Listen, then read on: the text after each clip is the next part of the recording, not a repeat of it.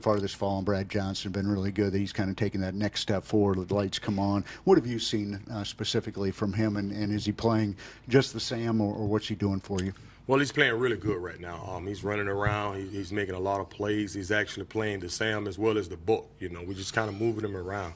I talked with him about playing some Sam, this year, and he took it and ran with it, which I was proud of. And, I'm excited to see him on Saturday just run around and make some plays for us. You lose a guy like DJ Wanham, who obviously had a lot of experience and played a lot of ball here.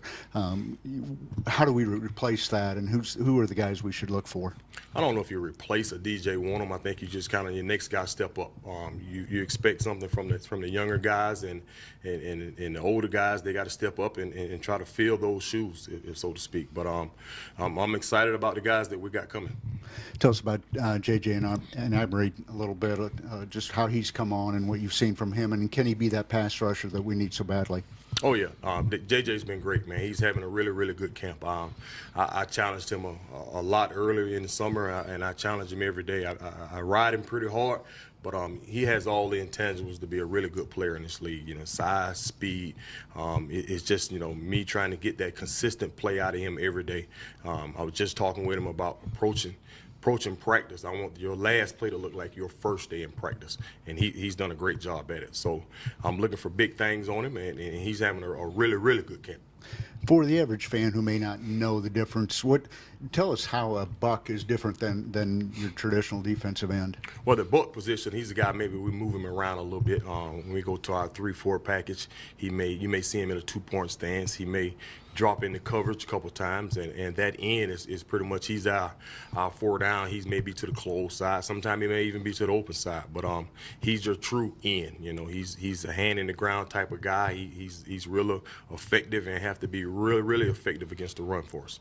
What's the skill set that you look for when you're looking for a Buck? Well, Buck end, I'm looking for a tough kid. I'm looking for a kid that is a tough kid and loves to play football.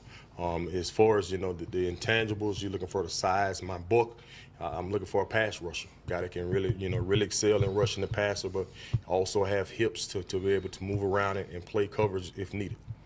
A lot of Gamecock fans obviously interested in Jordan Burch, a local kid and highly touted. Just what have you seen from him physically and how he dominated in high school kids and making that transition now to the SEC ball? I know one thing, when he hop off the bus, he's going to be a pretty, pretty ball player. He looks good, man, but he has it all. He's fast, he's strong. The thing I probably like the most about him is he's really coachable. I can get on him. A lot of times, those highly recruited guys, they come in and haven't been coached in high school, or they haven't been, the coach haven't really got on him. I'm able to get on him just like I can get on the rest of the guys, and he accepted. He excelled when I get on him a little more. So I'm thrilled about him. He's out there running around. Right now my job is to shorten the learning curve for him and get him ready to play on Saturday and help us. For a young guy, not necessarily specifically him, but for any young guy, is it the speed of the game? Is it technique? What is it that kind of makes that difference in playing at this level? That's always the speed of the game, man. The speed of the game and probably the learning part of it, being able to learn the terminology. And that's every level. Going from high school to college is going to be the speed of the game. And then when you go from college to the NFL, it's even faster. So just slowing the game down for him and actually, being able to play within the scheme.